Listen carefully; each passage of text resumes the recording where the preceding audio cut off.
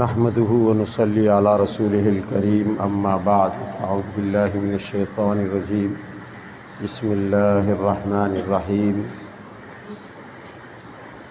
وإني لغفار لمن تاب صدق الله العظيم۔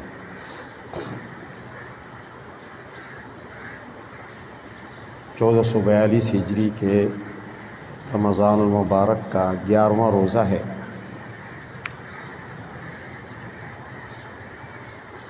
ایک حدیث میں نبی علیہ الصلاۃ والسلام نے فرمایا کلکم بنو آدم، اور فرمایا کہ کلکم خطاؤون، تم سب آدم علیہ السلام کی اولاد ہو۔ اور ایک حدیث میں فرمایا کہ سب کے سب گناہ کرنے والے ہو، لیکن وخیر الخطائین التوابون، گناہ گاروں میں بہترین گناہ گار وہ شخص ہے جو کہ گناہ کر لے اور پھر اس کے بعد توبہ بھی کر لے۔ اللہ کا احسان ہے کہ گناہوں کو ہمارے اعمال نامے سے مٹانے کے لیے اس نے تریاق بھی عطا کیا ہے۔ جیسے زہر ہے، کسی بھی جسم میں زہر خرابی ڈال دیتا ہے۔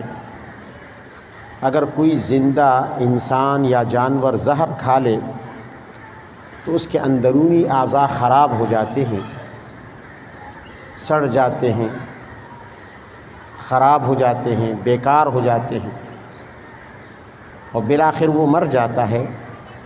اسی طرح گناہ کا زہر جب انسان کے جسم میں اترتا ہے تو وہ انسان کی روح کو برباد کرتا ہے، اسے سڑا دیتا ہے، اسے خراب کرتا ہے۔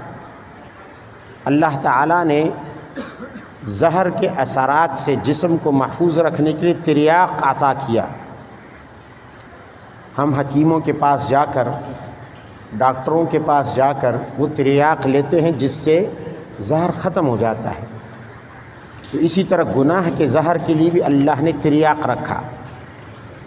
ہم بار بار زہر پئیں، بار بار وہ تریاق لیں گے تو زہر کے اثرات ختم ہو جائیں گے۔ ایک دفعہ ایک آدمی نے خودکشی کی کوشش کی یا دھوکے سے زہر کھا لیا، جلدی سے ڈاکٹر کے پاس گیا، اسپتال گیا، حکیم کے پاس گیا، اس نے تریاق کی دوا دی، تو زہر کے اثرات ختم ہو جائیں گے۔ دوبارہ اس نے کچھ عرصے کے بعد اگر اس نے زہر پھر پی لیا، زہر کھا لیا، اور پھر اس نے تریاق یا کوئی ایسی دوا استعمال کی جو زہر کا اثر ختم کر دے، زہر کا اثر ختم ہو جائے گا۔ تیسری مرتبہ کرے گا تو پھر ختم ہو جائے گا۔ اگر زہر کھا لے گا پھر اس کے اوپر تریاق پی لے گا، زہر کا اثر ختم ہوگا۔ اسی طرح گناہ ہے، گناہ کا زہر جب بھی انسان کھا لے اور انسان کے جسم میں گناہ کا زہر جائے تو فوراً اس کے بعد اس کی تریاق کی فکر کرنی چاہیے۔ اب جب ہم تریاق کی فکر کریں گے تو وہ گناہ ختم ہو جائے گا۔ چنانچہ حضرت ابو ہریرہ رضی اللہ تعالیٰ عنہ کی ایک حدیث ہے کہ قال رسول اللہ صلی اللہ علیہ وسلم، نبی علیہ السلام نے فرمایا، یہ حدیث بظاہر تو حدیث نبوی ہے لیکن حقیقت میں یہ حدیث قدسی ہے، کیونکہ اللہ تعالیٰ سے حکایت ہے۔ تو نبی علیہ الصلاۃ والسلام فرماتے ہیں کہ ان عبدا اذنب، ایک بندے نے گناہ کیا، گناہ کرنے کے بعد فوراً اس کو احساس ہوا کہ یہ مجھ سے کیا ہو گیا، گناہ تو میری روح کو تباہ کر دے گا۔ فوراً وہ اللہ تعالیٰ کی طرف متوجہ ہوا اور اس نے کہا کہ یا رب اذنبت، مجھ سے گناہ ہو گیا، لہٰذا فاغفر ہو، یا اللہ میں توبہ کرتا ہوں، مجھے معاف کر دے۔ اب جب وہ یہ الفاظ کہہ دیتا ہے گناہ کے بعد، جب اس کے دل میں شرمندگی آتی ہے، احساس ہوتا ہے، اور وہ فوراً اللہ تعالیٰ کے سامنے گڑ گڑانے لگتا ہے کہ یا اللہ مجھ سے جرم ہو گیا، مجھ سے گناہ ہو گیا، میں مجرم ہوں تیرا، مجھے معاف کر دے، تو اللہ کی طرف سے کیا جواب آتا ہے؟ نبی علیہ السلام فرماتے ہیں فقال ربہ، اللہ تعالیٰ فرماتے ہیں علم عبدی ان لہ ربا فیغفر الذنب ویأخذہ، اچھا میرے اس بندے کو اتنا پتہ ہے کہ اس کا کوئی خدا ہے، اس کا کوئی پروردگار ہے کہ یہ گناہ کرے گا تو وہ اس گناہ پر اس کو پکڑ سکتا ہے، یا خود بھی، یا معاف کر سکتا ہے۔ چلو غفرت لعبدی، اس نے استغفار کا تریاق استعمال کیا ہے، معافی مانگی ہے تو میں نے اسے معاف کر دیا۔ اللہ کی طرف سے اعلان ہوتا ہے کہ میں نے اپنے اس بندے کو معاف کر دیا۔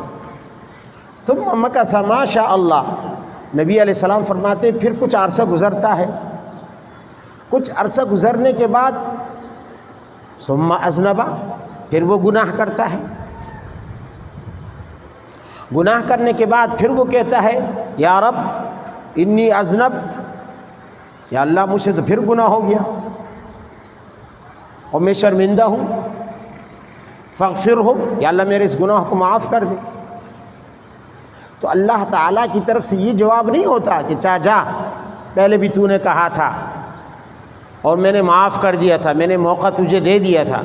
نہیں، اللہ تعالیٰ پھر وہی الفاظ دہراتا ہے۔ اچھا، اعلم عبدی ان لہ ربا فیغفر الذنب ویأخذ بہ، اچھا میرے بندے کو اتنا پتہ ہے کہ اس کا کوئی خدا ہے، کوئی رب ہے، کوئی مالک ہے، اور یہ گناہ کرے گا تو وہ اس کو پکڑ سکتا ہے، اس کی گرفت کر سکتا ہے، یا اس کو معاف کر سکتا ہے۔ چلو غفرت لعبدی، میں نے اسے معاف کر دیا۔ نبی علیہ السلام فرماتے دوسری مرتبہ بھی اللہ معاف کر دیتا ہے، اور ایسے معاف نہیں کرتا ہے، اپنا بندہ کہہ کر معاف کرتے ہیں۔ غفرت لعبدی، میں نے اپنے بندے کو معاف کر دیا، یعنی بندگی سے اس کو نکالا نہیں، حالانکہ اس نے نافرمانی کی، اس نے جرم کیا، وہ جرم چھوٹا بھی ہو سکتا ہے، بڑا بھی ہو سکتا ہے، پھر بھی اللہ تعالیٰ نے اس کو بندگی کے دائرے میں رکھا، اسے اپنا بندہ کہا۔ غفرت لعبدی، میں نے اپنے بندے کو معاف کر دیا، اپنائیت سے کہا۔ کس اپنائیت سے اللہ کہتا ہے؟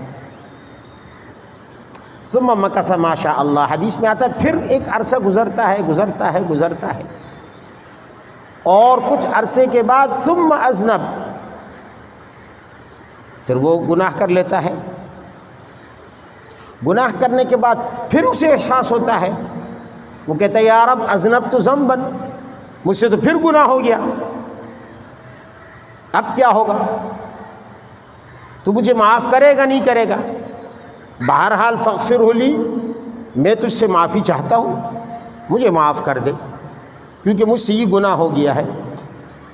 تو نبی علیہ الصلوۃ والسلام فرماتے اللہ تعالیٰ یہ نہیں کہتا کہ ہاں جا دفع ہو جا، پہلے بھی 2 مرتبہ معاف کیا ہے، ہر مرتبہ معافی تھوڑی ملے گی، نہیں۔ نبی علیہ السلام فرماتے ہیں کہ اللہ تعالیٰ پھر وہی جملہ دہراتا ہے، اعلم عبدی ان لہ ذنبا فیغفر الذنب او یأخذ بہ، اچھا اسے پتہ ہے کہ اس کا کوئی رب ہے، پروردگار ہے، فیغفر الذنب ویأخذ بہ، جو گناہوں کو معاف بھی کر سکتا ہے اور اس پر پکڑ بھی سکتا ہے۔ چلو غفرت لعبدی، اب یہاں پہ دیکھیں اللہ تعالیٰ تیسری مرتبہ کیا فرماتے ہیں؟ غفرت لعبدی، میں نے اپنے بندے کو معاف کر دیا۔ اگلا جملہ بڑا عجیب ہے، یعنی اللہ تعالیٰ کے کرم کی انتہا کا ہم تصور نہیں کر سکتے، کوئی حد نہیں اللہ کے کرم کی، اتنا کوئی کریم نہیں ہو سکتا کائنات میں۔ اللہ کہتا ہے غفرت لعبدی، میں نے اپنے بندے کو معاف کر دیا۔ اگلا جملہ بڑا عجیب ہے، فرمایا فلیفعل ما شاء، آئندہ جو بھی چاہے کرے، اس کی مرضی ہے، جو چاہے کرے۔ تیسری مرتبہ اللہ تعالیٰ اتنا عظیم اعلان کرتا ہے، اتنا عظیم۔ وہ تو شیخ سعدی نے فرمایا کہ اگر اللہ تعالیٰ کائنات میں ایک مرتبہ اعلان کر دے اپنے کرم کا، صدائے کرم کر دے، تو شیطان بھی لائن میں کھڑا ہو جائے کہ یا اللہ مجھے بھی میرا حصہ دے دے اپنے کرم میں سے۔ شیطان جیسا ملعون، جیسا مردود، وہ بھی کھڑا ہو جائے۔ تو فرمایا تیسری مرتبہ اللہ تعالیٰ ساتھ میں یہ کریمانہ اعلان، فلیفعل ما شاء، اب جو چاہے کر۔ اس کا یہ مطلب نہیں ہے کہ گناہ کی اجازت دے دی، یہ اللہ تعالیٰ اپنے لطف و کرم کا اظہار کرنا چاہتا ہے کہ اب میں دیکھتا ہوں کہ بندے کے اندر غیرت ہے یا نہیں ہے، میں نے تو کہہ دیا جو چاہے کر، اب بندے کو بھی چاہیے کہ حیا آ جائے مجھ سے، اور وہ کہے کہ یا اللہ جب تو نے یہ اعلان کر دیا تو میری طرف سے بھی عہد ہے کہ آج کے بعد میں تیری نافرمانی نہیں کروں گا، میں بھی گناہ نہیں کروں گا۔ بندے کو بھی جواباً اس طرح کا اعلان پھر اللہ تعالیٰ کے سامنے کر دینا چاہیے اور عہد کر لینا چاہیے۔ تو 100 مرتبہ بھی اگر انسان گناہ کرتا ہے لیکن سچے دل سے معاف توبہ کرنے کے لیے یہ نہیں کہ صرف زبانی توبہ توبہ توبہ توبہ توبہ کی تسبیح، یا کان پکڑ لیے، ناک پکڑ لی، ناک رگڑ لی، نہ۔ توبہ سے مراد یہ ہے کہ دل میں احساس ہو، شرمندگی ہو، آدمی شرمندہ ہو جائے، اپنے آپ کو مجرم محسوس کر لے، اپنے آپ کو گناہگار محسوس کر لے، اپنے آپ کو کمتر محسوس کر لے، تو تب جا کے پھر اللہ تعالیٰ کا لطف و کرم اس کی طرف متوجہ ہوتا ہے، پھر مغفرت کا اعلان اس کی طرف متوجہ ہوتا ہے۔ تو فلیفعل ما شاء کا مطلب یہ ہے کہ بندے تو بار بار گناہ کرتا رہا، میں بار بار تجھے معافی دیتا رہا، آئندہ بھی اگر تو بار بار گناہ کرے گا اور اسی ندامت اور پشیمانی کے ساتھ میرے حضور آ کر تو مجھ سے معافی مانگے گا تو میں تجھے معاف کر دوں گا۔ تو فلیفعل ما شاء، جو چاہے کر۔ اس کا مطلب یہ ہے کہ اگر آئندہ بھی تو اسی طرح ندامت کے ساتھ میرے در پر سر جھکا کر آئے گا، شرمندگی کے ساتھ آئے گا، نظریں جھکا کر آئے گا تو میں تجھے معاف کر دوں گا۔ اللہ تعالی ہمیں مرنے سے پہلے ہمارے سارے گناہ معاف کر دے۔ وعفو الحمدللہ رب العالمین والعاقبۃ للمتقین والصلاۃ والسلام علی سید المرسلین وعلی آلہ واصحابہ اجمعین۔ الہ العالمین جو کچھ کہا سنا اسے قبول فرما، اس پر عمل کی توفیق عطا فرما، ہم سب کے گناہوں کو معاف فرما، ہمارے والدین کی مغفرت فرما، یا اللہ ہمارے آباء و اجداد و جدات امہات کی مغفرت فرما، ہمارے نسلوں کی مغفرت فرما، ہمارے اہل خانہ کی مغفرت فرما، ہمارے عزیز و اقارب کی مغفرت فرما، ہم سب کے گناہوں کو معاف فرما۔ وصلی اللہ تعالی علی خیر خلقہ محمد وعلی آلہ وصحبہ اجمعین۔